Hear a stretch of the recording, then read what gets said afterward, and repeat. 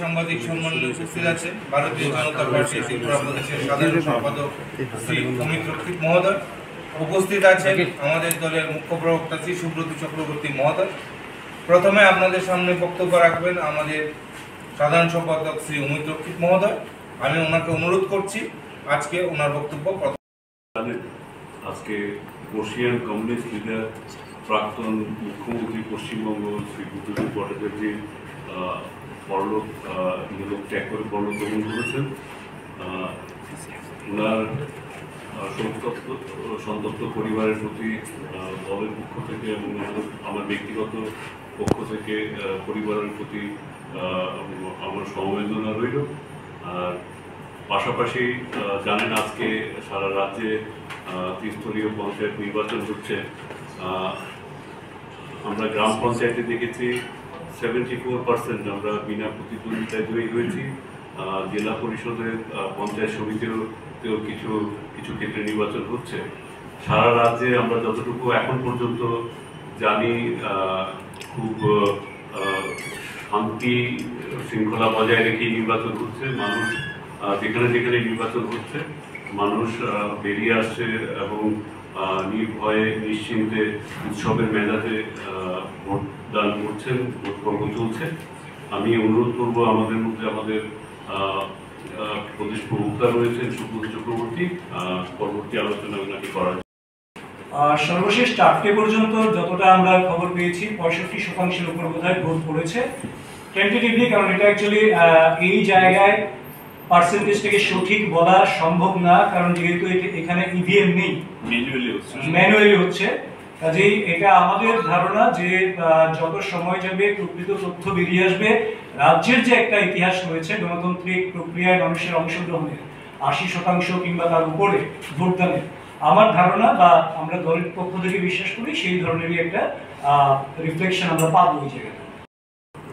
ভারতীয় জনতা পার্টি ত্রিপুরা প্রদেশের পক্ষ থেকে আজকে ত্রিস্তরীয় পঞ্চায়েতের যে নির্বাচন অনুষ্ঠিত হচ্ছে আর গ্রাম পঞ্চায়েতে 1819টি আসনে, পঞ্চায়েত সমিতির 188টি আসনে এবং জেলা পরিষদের 95টি আসন আজকে গোটা রাজ্যে ত্রিস্তরীয় পঞ্চায়েত নির্বাচন সংগঠিত হচ্ছে।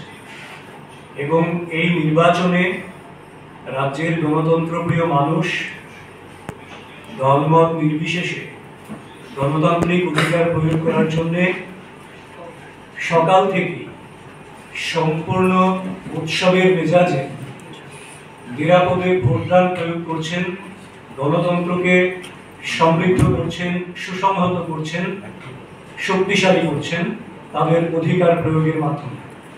তার জন্যে এই নির্বাচনী প্রক্রিয়ায় রাজ্যের সাধারণ মানুষ যেভাবে অংশগ্রহণ করেছেন তাদের সকলের প্রতি ভারতীয় জনতা পার্টি ত্রিপুরা প্রদেশের পক্ষ থেকে আমরা আন্তরিক শুভেচ্ছা জানাই, অভিনন্দন জানাই এবং গণদেবতাদের আমাদের নমস্কার জানাই।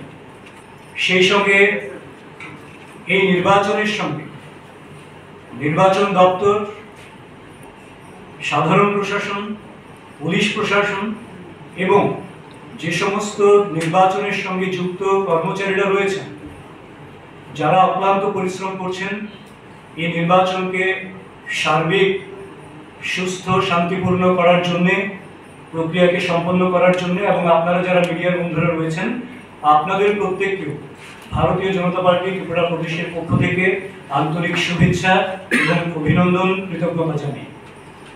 তো যেমনটি আমাদের মাননীয় সাধারণ সম্পাদক অমিত রক্ষিত মহোদয় বললেন, গোটা রাজ্যেই সকাল থেকে একেবারে নর্থ থেকে শুরু করে সাউথ অবধি প্রত্যেকটি জায়গায় অবাধ শান্তিপূর্ণ নির্বাচন সংগঠিত হচ্ছে এবং প্রত্যেকটি জায়গায় আমাদের ভারতীয় জনতা পার্টির কার্যকর্তারা যেখানে যেখানে সম্ভব মানুষকে এই ভোটদানে উৎসাহ প্রদান করা এবং তাদেরকে প্রয়োজনে, আমরা দেখেছি বহু জায়গায় অনেক বয়স্ক মহিলা পুরুষ তারাও ভোটদানে যাচ্ছেন, কাজে তাদেরকেও যাতে খুব সুশৃঙ্খলভাবে ওনারা যাতে সেখানে পৌঁছতে পারেন তার জন্যে যা যা করার সহায়কের ভূমিকায় ছিলেন।